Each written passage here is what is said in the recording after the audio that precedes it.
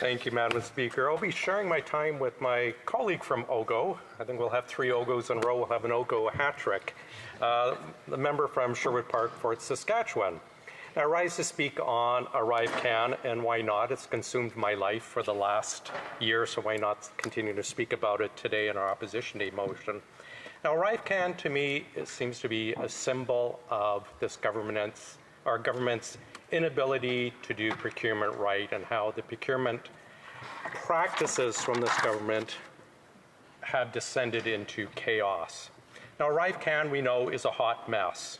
We've heard of emails deleted, tens of thousands of emails deleted, records lost, or perhaps not even kept in the first place.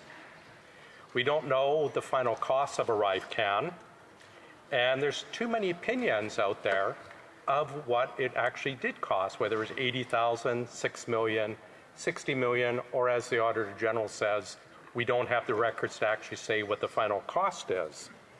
Now, we've heard of many updates to the program, 177 updates to ArriveCAN. At the same time, we've also heard from the Auditor General and PHAC, Public Health Association Canada, they did not test the updates before rolling it out to the public. And of course, we heard of the 10,000 people sent into quarantine and error because apparently it wasn't tested. $60 million, $6 million, whatever the cost is, you think it would get tested. But then at the same time, we also heard from bureaucrats in CBSA that said, no, everything was tested. So we do have a problem here. We cannot get a straight answer on what went on with ArriveCAN. I will note that PHAC, the head of PHAC, when asked about the testing, her comment was they were too busy to test. Now, can you imagine updating an app that's so important? Can you imagine anyone, well, actually, I can see Air Canada doing without testing, but any other company coming out with an important update that affects people's lives without testing it? Apparently, this government did not. Again, the problem is we haven't got a straight answer. Getting back to the ArriveCAN, the setup, we heard there was 177 updates, and we knew things were changing during the pandemic, but we did not have 177 changes to how people were coming across the border, 177 different ways to identify whether you'd been vaccinated or not. But it seems to be the problem with the procurement and the process of all of these changes, each one costing more money, willy-nilly done by PHAC or order and counsel from the government without any thought to consequences. As I just mentioned in a previous question to my colleague, who's the Parliamentary Secretary for Public Works, we heard the procurement ombudsman talk about a bait and switch. And people want to know, what a bait and switch. And the easiest way for me to explain it is basically companies are promising a higher level of services to the government and then substituting a lower level. So perhaps it'd be like going to a speaker's service to hire a speaker for an event, and someone promises, oh, we'll have the leader of the opposition come, and therefore we'll charge you this much. And who shows up for the event to speak? Well, perhaps a member from Edmonton West who is not going to deliver a good enough speech, but you still have to pay the full amount. That's what is happening, and the procurement ombudsman has stated it's systemic throughout the government, this bait and switch program with procurement. We also heard how this started as a program within public health and then transferred over eventually to CBSA. Well, they transfer over the work, but they didn't seem to transfer over the accountability. All we get is finger pointing. We're seeing people blaming GC Strategies for bidding on the work and receiving the work. We blame Dalian and Cordex for getting the work. Well, when I say we, I mean the system, the government, has blamed director generals within CBSA, saying that, well, they were responsible for procuring, even though that's not their role, that they were responsible for the contracts, even though it's the chief financial officers who signed. We've heard today, well, it's the system is to blame. But we haven't heard from the government of who is to blame. The ministers. And I have to ask, where's the Minister of Health in all of this when PHAC was spinning out of control flashing money at the system without any thought to the taxpayers? Where was the Minister of Public Safety when all these problems were going on with CBSA? Where was the Treasury Board president when through the supplementary estimates process, added money came? The Treasury Board would have had to approve that submission to begin with. So where was the Treasury Board president to say, wait a moment, where's the government taking responsibility instead of blaming contractors or the people within the public service? Now I want to read an exact quote from pm.gc.ca. PM, of course, meaning Prime Minister. This is right from the website. Open and accountable government sets out core principles regarding roles and responsibilities of ministers in Canada's system of responsible government. This includes the central tenet of ministerial responsibility, individual and collective. And this is right from the Prime Minister's website. Anyone can Google it right now. Ministerial responsibility. And yet we have none of this. We have 60 million, perhaps more, perhaps less, spent without a single minister once saying, wait a moment, why are we spending so much money? Why are we not testing this program? Not a single minister stepped up when 10,000 Canadians got sent into quarantine by error and followed up and said, why aren't we testing this before we're rolling it out? Not a single minister stepped up and apologized and said we've got public servants being scapegoated, we've got contractors being blamed, we have the system being blamed, but nothing from the ministers. We also heard how PSPC, in their role of procurement officers for the country, pushing back against CBSA for some of the excesses in this program. And then when CBSA said, yeah, thanks for your advice, but we're still going to go ahead with this misguided process, PSPC just shrugged and said, well, that's nice, but we did our part. Doing their part and just simply saying, we don't like this and then walking away shows PSPC is not taking their role seriously. This brings me back to a similar issue with CBSA and PSPC a couple years ago with the Nuke Tech scandal. If anyone remembers that, Nuke Tech is basically the Chinese screening version of Huawei. Worldwide, they provide screeners controlled by the PRC, and CBSA decided they were going to put these machines in every single one of our embassies around the entire country. Machines that, once they screen people, information would be sent to the Chinese government.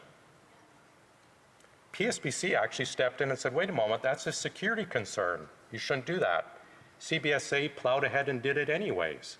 And again, we have PSPC, like, what is your purpose if you're not going to stop and enforce these rules?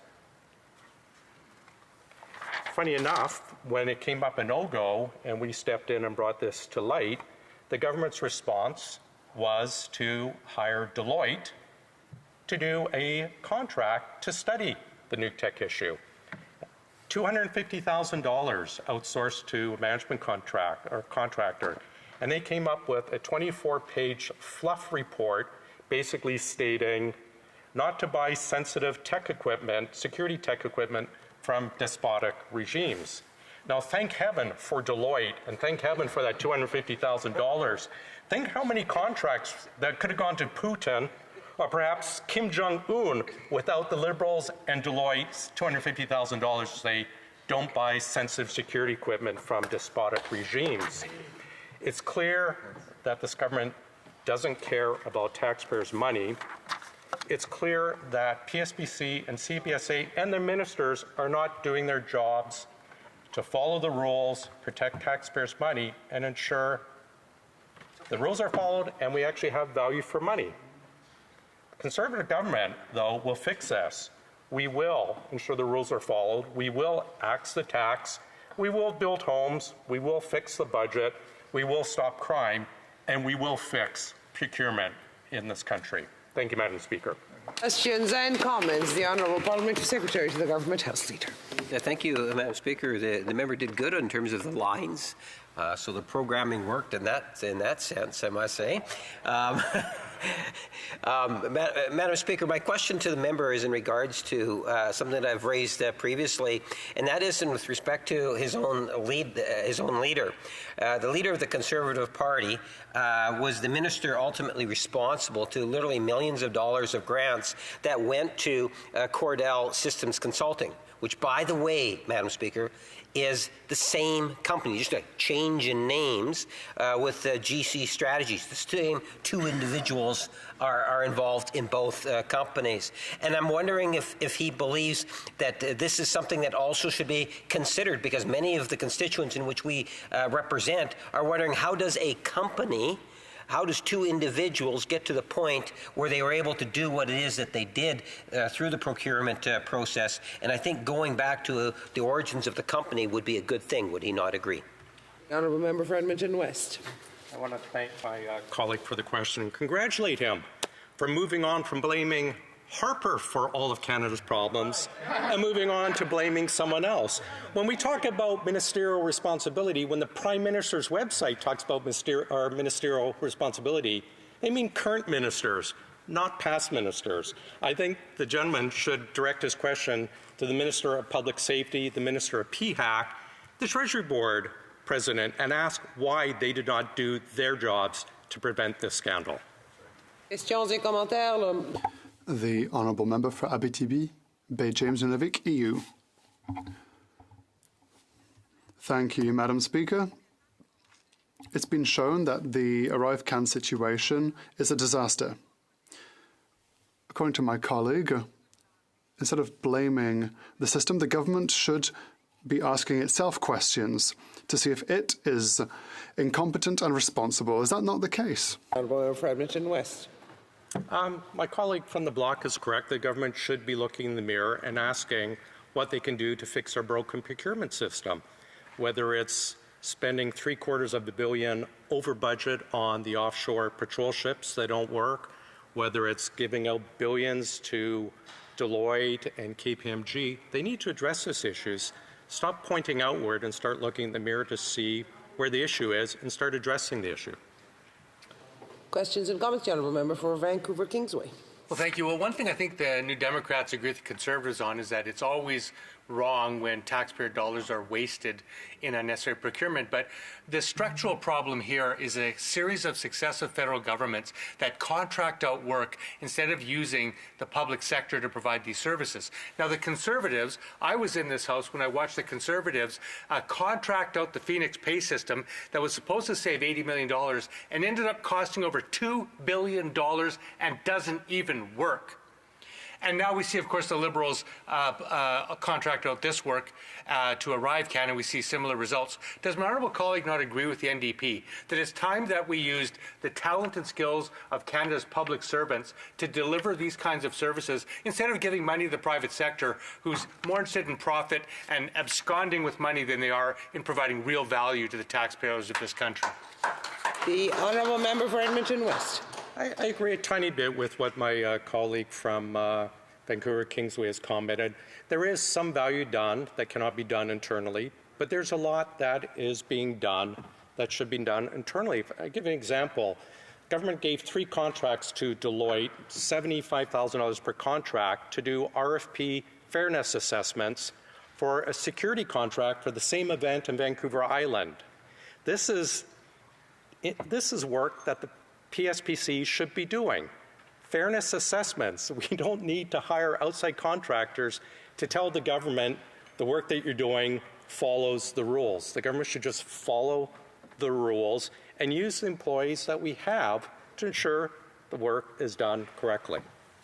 Honourable Member for Selkirk Interlake Eastman. Thank you, Madam Speaker, and I just want to thank the member for Edmonton and West for his amazing work. He's one of the few MPs in this House that takes his fiduciary responsibilities to a whole new level and actually goes through all the public accounts and making sure that we're spending money wisely. And here we have right now the Arrive scam situation with over $19 million going to the hands of two individuals working out of their cottage in the Ottawa suburbs.